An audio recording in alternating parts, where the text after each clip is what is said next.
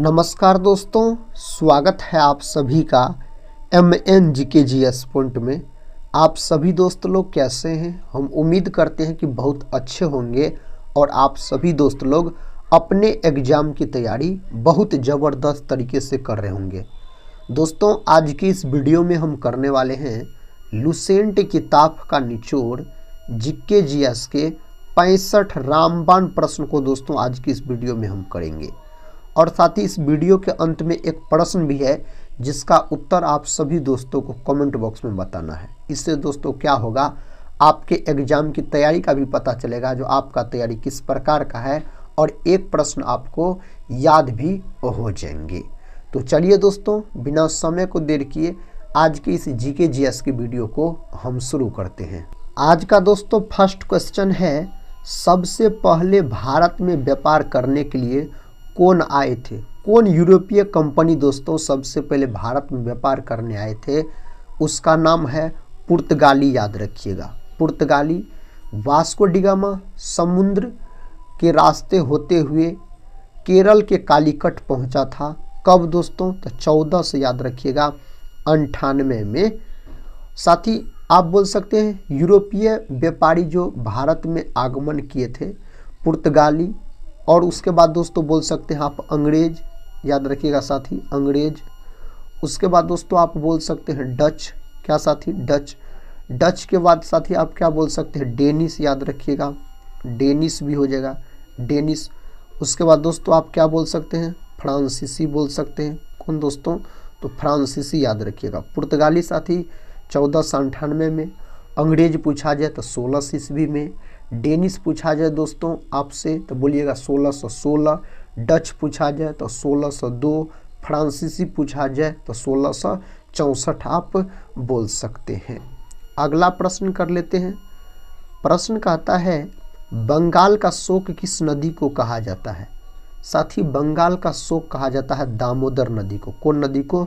दामोदर नदी को कहा जाता है।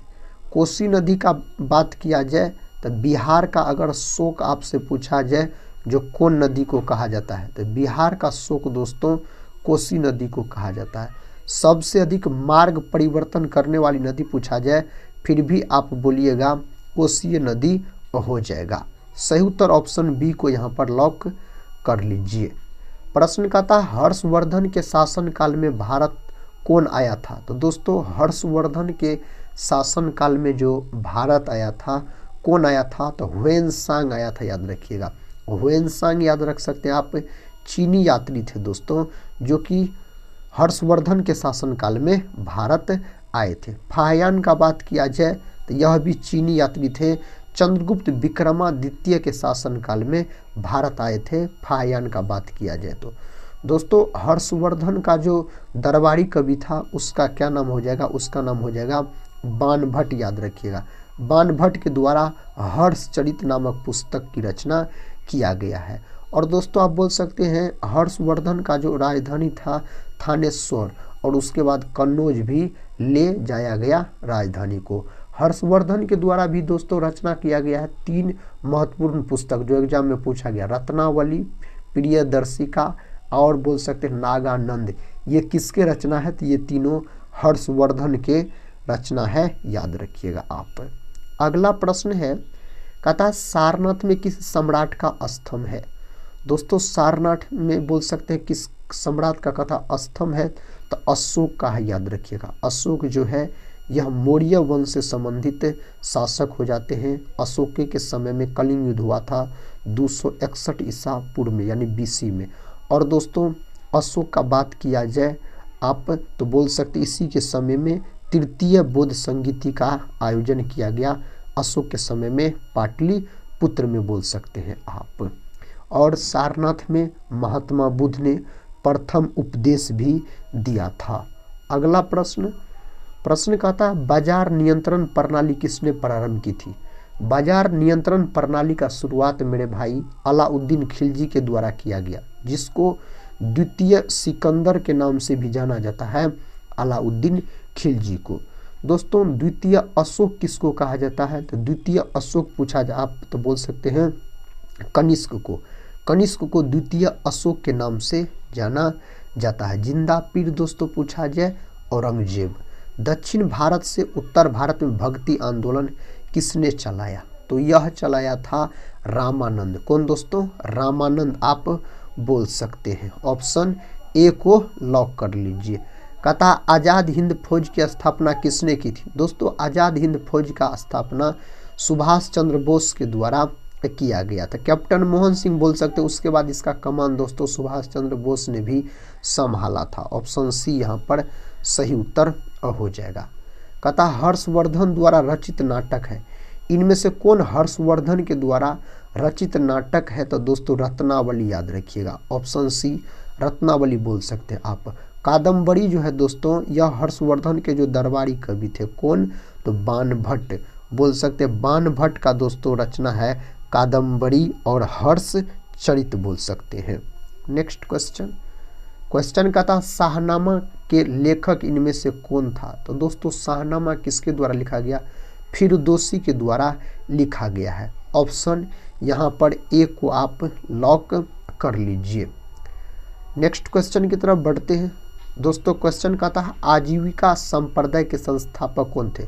मखली गोसाल बोल सकते हैं। आजीवक संप्रदाय को दोस्तों कौन मानते थे? तो मौर्य वंश से संबंधित शासक है अशोक के पिताजी, जिसका दोस्तों नाम है आप बोल सकते हैं बिंदुसार। बिंदुसार जो है यह आजीवक धर्म से संबंधित थे। अगला प्रश्न का था उस्ताद मंसूर खां किसके शासनकाल के प्रसिद्ध चित्रकार थे? तो यह हो जाएंगे जहांगीर के शासनकाल के। और जहांगीर के काल को बोल सकते हैं आप चित्रकला का स्वर्ण युग कहा जाता है। जहांगीर, अनारकली और नूरजहां जो कि जहांगीर की पत्नी थी, तो नूरजहां, ये तीनों का मकबरा दोस्तों भारत से बाहर है। कहाँ है? तो लाहौर में है, जो कि वर्तमान में बोल सकते हैं पाकिस्तान में स्थित है। नेक्स्ट क्वेश्चन कहता अमीर खुसरो का जन्म स्थल कहाँ है? दोस्तों अमीर खुसरो का जन्म स्थल पटियाली बोल सकते, याद रखिएगा। पटियाली दोस्तों याद रखिएगा, पटियाला नहीं, पटियाली बोल सकते हैं। नेक्स्ट क्वेश्चन रामचरितमानस को किसने लिखा है? रामचरितमानस को तुलसीदास के द्वारा लिखा गया। हनुमान चालीसा अगर पूछा जाए दोस्तों आपसे, हनुमान चालीसा इसको भी लिखा है तुलसीदास के द्वारा लिखा गया है। नेक्स्ट क्वेश्चन है विजयनगर कला के उदाहरण कहाँ पाए जाते हैं? तो यह उदाहरण पाए जाते हैं हम्पी में। ऑप्शन ए हम्पी सही उत्तर यहाँ पर बोलिएगा आप। अगला प्रश्न मगध का कौन सा शासक बुद्ध का समकालीन था? मगध का कौन सा शासक? बिंबिसार याद रखिएगा। बिंबिसार हर्यक वंश के संस्थापक हो जाते हैं। और बिंबिसार की राजधानी दोस्तों कहाँ थी? तो बोल सकते हैं आप गिरिवर्ज। कहाँ दोस्तों? गिरिवर्ज बोल सकते हैं। इसकी राजधानी थी राजगीर बोल सकते हैं जिसको अभी। नेक्स्ट क्वेश्चन की तरफ बढ़ते हैं। क्वेश्चन कहता है हड़प्पा सभ्यता का कौन सा स्थल भारत में नहीं था? दोस्तों हड़प्पा सभ्यता का कौन सा स्थल भारत में नहीं था? तो बालाकोट यहाँ पर सही उत्तर है। विकल्प सी को लॉक कर लीजिए। आर्य भारत में किस रूप में आए थे? तो दोस्तों यह आए थे आक्रमणकारी के रूप में। विकल्प सी। अगला प्रश्न ये रहा दोस्तों, कहता है कौन सा क्षेत्र 1857 के विद्रोह से प्रभावित नहीं था? इन चार ऑप्शन में से कौन सा नहीं था? तो चित्तौड़ नहीं था, याद रखिएगा। 1857 की क्रांति 10 मई को उत्तर प्रदेश के मेरठ से शुरू हुआ था। जीटी रोड किसके शासनकाल में बनाई गई थी? यानी Grand Trunk Road Sher Shah Suri के शासनकाल में बनाया गया था, जिससे दोस्तों अभी वर्तमान में NH1 और NH2 जो है इसी को जीटी रोड यानी ग्रांड ट्रंक रोड के नाम से जाना जाता है। इनमें से अंतिम मुगल सम्राट कौन था? अंतिम मुगल सम्राट का बात किया जब बहादुर शाह जफर, याद रखिएगा दोस्तों। अंतिम मुगल सम्राट याद रखिएगा आप। ऑप्शन बी लॉक कर सकते हैं। पता है हम्पी के खंडहर किस राज्य में है? तो साथियों सही उत्तर है कर्नाटक में। कहाँ है? कर्नाटक सही उत्तर हो जाएगा। सबसे पहले रेलवे लाइन किसके शासनकाल में निर्मित हुई थी? तो रेलवे लाइन दोस्तों यह निर्मित किया गया था लॉर्ड डलहौजी के शासनकाल में। ऑप्शन ए किसके शासनकाल में? लॉर्ड डलहौजी के शासन काल में। मंदिरों की उत्तरी शैली किस रूप में जानी जाती है? इसको जाना जाता है नागर के रूप में। ऑप्शन बी, नागर के रूप में जाना जाता है। निम्नलिखित भवनों में कौन सा फतेहपुर सीकरी में नहीं है? इनमें से कौन फतेहपुर सीकरी में स्थित नहीं है? तो किला कुहना मस्जिद याद रखिएगा नहीं है। पंचमहल है दोस्तों, बुलंद दरवाजा भी है, अनूप तालाब बोल सकते हैं। नेक्स्ट क्वेश्चन कहता है सिंधु घाटी सभ्यता की लिपि क्या थी? इसकी लिपि अगर दोस्तों आपसे पूछा जाए ना तो आप सही उत्तर अस्पष्ट याद रखिएगा, अज्ञात बोल सकते हैं। नेक्स्ट क्वेश्चन कहता पांड्य वंश की राजधानी कहाँ थी? इस वंश की राजधानी मदुरै याद रखिएगा। कहाँ? मदुरै इस वंश की राजधानी हो जाएगा। सिख गुरु अर्जुन देव का वध किसके शासनकाल में हुआ था? अर्जुन देव जो है यह सिखों के मेरे भाई 5वें गुरु थे याद रखिएगा, और जहांगीर के द्वारा इसका मृत्यु करवा दिया गया था। जहांगीर, ऑप्शन डी लॉक कर लीजिए आप। रामानुज ने किसका उपदेश दिया था? तो दोस्तों यह भक्ति का उपदेश दिया था। किसका? भक्ति का याद रखिएगा। निम्न में से किसने 1857 के विद्रोह में भाग नहीं लिया? इनमें से कौन भाग नहीं लिया था?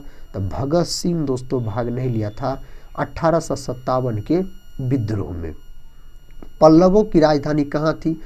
पल्लवों की राजधानी का बात किया जाए तो कांची दोस्तों याद रख सकते हैं आप, पल्लवों की राजधानी हो जाएगा।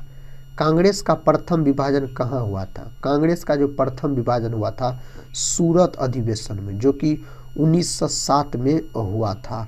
और बोल सकते हैं दोस्तों रास बिहारी घोष इसका अध्यक्षता किया था। और लखनऊ अधिवेशन में गरम दल, नरम दल और मुस्लिम लीग बोल सकते हैं एक हो गया था 1916 में जो हुआ था। किस स्थान के निकट प्रसिद्ध कलिंग युद्ध लड़ा गया था? तो कलिंग युद्ध जो लड़ा गया था उदयगिरी याद रखिएगा। कलिंग युद्ध अशोक से संबंधित है, 261 ईसा पूर्व में लड़ा गया। ब्रिटिशों के द्वारा पलासी का युद्ध किसके साथ लड़ा गया था? पलासी का युद्ध दोस्तों जो लड़ा गया था भागीरथी नदी के तट पर लड़ा गया था। कब लड़ा गया था? 1757 में लड़ा गया था। बंगाल के नवाब सिराजुद्दौला और अंग्रेज रॉबर्ट क्लाइव के बीच यह युद्ध लड़ा गया था, जिसमें बंगाल के नवाब सिराजुद्दौला की हार हो गई थी। आप सभी दोस्त लोग से हम रिक्वेस्ट करते हैं दोस्तों, अगर आप लोग चैनल पर पहली बार विजिट कर रहे होंगे तो चैनल को सब्सक्राइब कर बेल आइकन को प्रेस जरूर कर लीजिएगा, और दोस्तों इस वीडियो को एक लाइक भी जरूर कर दीजिएगा। नेक्स्ट क्वेश्चन कहता गोलकुंडा किला किस राज्य में स्थित है? गोलकुंडा किला जो है आंध्र प्रदेश में स्थित है। कहाँ दोस्तों? आंध्र प्रदेश सही उत्तर हो जाएगा। फ्रंटियर गांधी किसे कहा गया? दोस्तों फ्रंटियर गांधी पूछा जाए या सीमांत गांधी पूछा जाए तो इस नाम से खान अब्दुल गफ्फार खान को जाना जाता। प्रथम विदेशी कौन है जिसे भारत रत्न से सम्मानित किया गया? तो वह भी आप बोल सकते खान अब्दुल गफ्फार खान। अगला प्रश्न, इनमें से सत्य शोधक समाज का संस्थापक कौन था? सत्य शोधक समाज का संस्थापक पूछा जाए तो ज्योतिबा फूले। सत्य शोधक समाज का स्थापना 1873 ईस्वी में किया गया था। अगर दोस्तों गुलामगिरी के रचनाकार आपसे पूछा जाए, जो गुलामगिरी के रचनाकार कौन है? तो गुलामगिरी के रचनाकार भी ज्योतिबा राव फूले हो जाते हैं। चोल शासकों की भाषा क्या थी? दोस्तों चोल शासकों की भाषा तमिल याद रखिएगा। विकल्प सी को लॉक कर सकते हैं। अशोक किस राजवंश से संबंधित था? अशोक का बात करते हैं तो मौर्य राजवंश से संबंधित है, अशोक याद रखिएगा। नेक्स्ट क्वेश्चन है सिंधु घाटी के लोग निम्न देवता की पूजा करते थे। सिंधु घाटी के लोग दोस्तों इनमें से पशुपति का पूजा करते थे। विकल्प सी सही उत्तर हो जाएगा। कहता नवपाषाण काल के लोगों द्वारा पाला गया प्रथम पशु था। तो दोस्तों आप सही उत्तर बोल सकते हैं कुत्ता। क्या बोल सकते हैं? कुत्ता याद रखिएगा, बोल सकते हैं। प्रश्न कहता है असहयोग आंदोलन की शुरुआत कब की गई थी? असहयोग आंदोलन का जो शुरुआत किया गया था 1920 में, 1 अगस्त 1920 को इस आंदोलन का शुरुआत हुआ था, असहयोग आंदोलन का। और दोस्तों आप बोल सकते हैं इसके समय जो वायसराय थे लॉर्ड चेम्सफोर्ड इसके समय वायसराय के पद पर थे। प्याज, आलू और अदरक किसका उदाहरण है? तो यह मेरे भाई उदाहरण है तना का। किसका? तना का याद रखिएगा, यह उदाहरण हो जाएगा। गौतम बुद्ध की मृत्यु क्या कहलाता है? गौतम बुद्ध का मृत्यु दोस्तों महापरिनिर्वाण कहलाता है, याद रखिएगा। नेक्स्ट क्वेश्चन की तरफ बढ़ते हैं। क्वेश्चन कहता है कौटिल्य का असली नाम क्या था। कौटिल्य का असली नाम पूछा जाए आपसे तो विष्णुगुप्त याद रखिएगा। इसी को कहा जाता है चाणक्य, याद रखिएगा इसको कहा जाता है दोस्तों। यह चंद्रगुप्त मौर्य के प्रधानमंत्री थे। अगला प्रश्न है प्रोटीन का उच्चतम स्रोत निम्नलिखित में से क्या है। प्रोटीन का उच्चतम स्रोत यहाँ पर सोयाबीन है। सोयाबीन में लगभग में 42% के आसपास प्रोटीन पाया जाता है। सोयाबीन का उत्पादन अपना भारत में सबसे अधिक कौन करता है तो मध्य प्रदेश यानी MP करता है। प्रोटीन अमीनो अम्ल के मिलने से बनता है। अकबर के वित्त मंत्री का क्या नाम था। अकबर के वित्त मंत्री का नाम दोस्तों क्या हो जाएगा, यहाँ पर से उत्तर राजा टोडरमल, याद रखिएगा अकबर के वित्त मंत्री हो जाएंगे। नेक्स्ट क्वेश्चन भारतीय संगीत का आदि ग्रंथ किसे कहा जाता है तो दोस्तों सामवेद। सामवेद से ही भारतीय, याद रखिएगा भारतीय संगीत का जनक कहा जाता है सामवेद को। ऑप्शन ए सही उत्तर हो जाएगा। मुस्लिम लीग की स्थापना किस वर्ष की गई थी तो 1906 ईस्वी में ढाका में दोस्तों इसका स्थापना किया गया था मुस्लिम लीग का। अगर आपसे पूछा जाए तो बताइएगा। जैन धर्म के 24वें तीर्थकर कौन थे। जैन धर्म के 24वें तीर्थकर महावीर स्वामी हो जाते हैं। महावीर स्वामी जैन धर्म के 24वें और याद रखिएगा दोस्तों अंतिम तीर्थकर थे। 24वें और अंतिम तीर्थकर थे, याद रखिएगा। ऋषभ देव जो है यह जैन धर्म के प्रथम तीर्थकर हो जाते हैं, संस्थापक बोल सकते हैं। और महावीर स्वामी को जैन धर्म का वास्तविक संस्थापक भी कहा जाता है। पार्श्वनाथ जो है जैन धर्म के 23वें तीर्थकर थे। पार्श्वनाथ का प्रतीक चिन्ह सर्प था, महावीर स्वामी का शेर, ऋषभ देव का वृषभ यानी सांड बोल सकते हैं आप। किस मुगल शासक के दरबार में कैप्टन हॉकिंस आया था।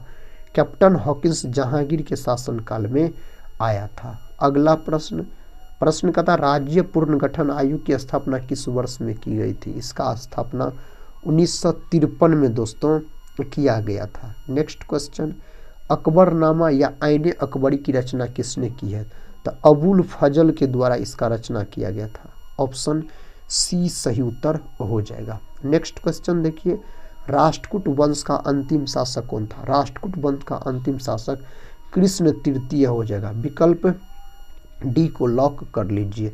इनमें से किसका उपदेश बीजक में संग्रहित है। बीजक में दोस्तों कबीर का, किसका साथी तो कबीर दास का, याद रखिएगा। कहता है यूरोपीय शक्तियों में से भारत में सबसे पहले किसने प्रवेश किया था तो किसने प्रवेश किया था पुर्तगाली, याद रखिएगा। Option C. नेक्स्ट क्वेश्चन कहता सबसे पहले धम्म की शुरुआत किसने की थी। वह सबसे पहले धम्म का शुरुआत राजा अशोक के द्वारा किया गया था। राजा अशोक के द्वारा। अंगूरों की पैदावार के लिए कौन सा शहर प्रसिद्ध है तो साथियों नासिक, याद रखिए महाराष्ट्र का नासिक। और अंगूर में कौन अम्ल पाया जाता है तो टार्टरिक अम्ल पाया जाता है अगर अंगूर का हम बात करते हैं तो। नेक्स्ट क्वेश्चन कहता अल्फ्रेड नोबेल ने किसका आविष्कार किया था। अल्फ्रेड नोबेल ने डायनामाइट का आविष्कार किया था। अल्फ्रेड नोबेल के ही स्मृति में 1901 ईस्वी से नोबेल पुरस्कार की शुरुआत हुई थी। नेक्स्ट क्वेश्चन कहता साथियों कहता विटामिन सी की कमी से कौन सी बीमारी होती है। विटामिन सी की कमी कारण होने वाला रोग है स्कर्वी। और विटामिन सी का रासायनिक नाम एस्कॉर्बिक अम्ल। इसका प्रमुख स्रोत आंवला बोल सकते हैं, याद रखिएगा आंवला साथी, याद रखिएगा। नेक्स्ट क्वेश्चन ये रहा। क्वेश्चन कहता है हिमालय का प्रवेश द्वार किसे कहा जाता है। हिमालय का प्रवेश द्वार दोस्तों उत्तराखंड को कहा जाता है। ऑप्शन बी सही उत्तर हो जाएगा। प्रथम मैसूर युद्ध किनके बीच लड़ा गया था। प्रथम मैसूर युद्ध जो है ब्रिटिश और हैदर अली के बीच लड़ा गया था। ऑप्शन डी यहाँ पर सही उत्तर हो जाएगा। किस वर्ष में म्यांमार भारत वर्ष से अलग हुआ था तो दोस्तों यहाँ पर 1937 बोलिएगा। ऑप्शन सी 1937 सही उत्तर हो जाएगा। कहता है एक्ट ऑफ यूनियन किस वर्ष पारित हुआ था। इसको जो पारित किया गया था 1707 में। ऑप्शन ए 1707 दोस्तों सही उत्तर हो जाएगा। आंध्र प्रदेश की राजकीय भाषा क्या है। आंध्र प्रदेश का राजकीय भाषा अगर आपसे पूछा जाए तो तेलुगु। आंध्र प्रदेश भाषा के आधार पर बनने वाला भारत का पहला राज्य है। भाषा के आधार पर 1 अक्टूबर 1953 को इसका गठन हुआ था। पंचायती राज व्यवस्था लागू करने वाला भारत का दूसरा राज्य है आंध्र प्रदेश, अगर पूछा जाए तो। नेक्स्ट क्वेश्चन साथी ये रहा, विक्टोरिया मेमोरियल हॉल के वास्तुकार का नाम क्या था? इसके वास्तुकार का नाम साथी आपको बताना है। तो सही जवाब यहाँ पर क्या हो जाएगा? तो साथी इसका सही उत्तर आपको कमेंट बॉक्स में देना है, याद रखिएगा। साथी आज की इस वीडियो में हम आपको जीके जीएस के टोटल 65 प्रश्न का रिवीजन करवाए बहुत ही कम समय में। हम उम्मीद करते हैं आप सभी भाई बहन से आप लोग इस वीडियो को पूरा जरूर देखे हैं। पूरा देखें तो कमेंट बॉक्स में अपना स्कोर जरूर बताइएगा और इस प्रश्न का उत्तर भी बताइएगा। साथ ही हम यही बोलेंगे वीडियो के अंत में, आप लोग भारत के कोई भी प्रतियोगी परीक्षा का तैयारी कर रहे हैं कीजिए दोस्तों, लेकिन इस चैनल पे आके आप रिवीजन कर सकते हैं। जैसा कि आपको पता भी होगा, कोई भी एग्जाम का बात कीजिए दोस्तों तो उसके लिए रिवीजन कितना महत्वपूर्ण माना जाता है, इस बात से तो आप लोग भली भांति परिचित ही होंगे। तो चलिए दोस्तों, आप लोग पढ़ते रहिए और अपने एग्जाम की तैयारी में लगे रहिए। हम मिलते हैं नेक्स्ट वाले वीडियो के साथ, तब तक के लिए जय हिंद, जय भारत।